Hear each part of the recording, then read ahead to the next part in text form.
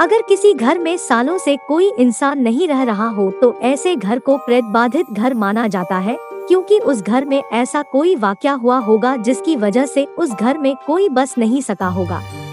आज हम आपको ऐसे ही एक विश्व के मशहूर प्रेत बाधित घरों में एक घर से रूबरू करवाते हैं, जहां इंसान के जाने की हिम्मत नहीं होती है और उस घर में आत्माओं ने अपना कब्जा कर रखा है।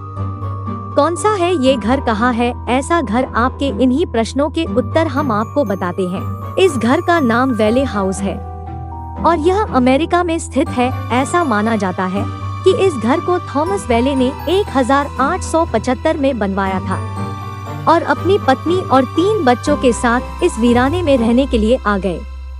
इस घर में आने के कुछ समय बाद ही उसके छोटे बेटे की बुखार की वजह से मौत हो गई। कुछ दिनों बाद इनके 2 लड़कियों का जन्म हुआ।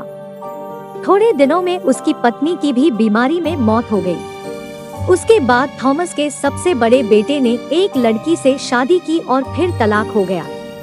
इस सदमे से उसने भी आत्महत्या कर ली। इस तरह एक एक करते 1961 तक थॉमस की मौत के साथ पूरा परिवार खत्म हो गया। ऐसा माना जाता है कि इस मकान को बनाते समय एक मजदूर ने फांसी लगाकर जान दे दी। उसकी आत्मा यहाँ घूमती थी। वेले परिवार को इस बात का पता होने के बावजूद यहाँ रहने को आए और मौत के काल में समा गए। अब उनके पूरे परिवार की आत्माएं इस घर में रहती है। इस कारण अब तक इस घर में कोई नहीं रह सका। इस घर के बारे में गहन अध्ययन करने के घोस्ट हंटर्स की टीम यहाँ आई थी। वो जब रात को 12 बजे के बाद जब इस घर में आए तो उन्हें उस घर में किसी के होने का आभास और स्पर्श को महसूस किया। उन्हें बालों से ढके चेहरे दिखाई दिए जो एकदम गायब हो जाते थे। शीशों पर एकदम ताज़ा खून के धब्बे दिखाई दिए और भी ऐसे कई तथ्य थे जिनसे इस घर को प्रेत बाधित मानना पड़ा। अमेरिकन सरकार ने इस घर को म्यूजियम में बदल दिया और यहाँ आने वाले लोगों को रहो की मौजूदगी का एहसास करवाया।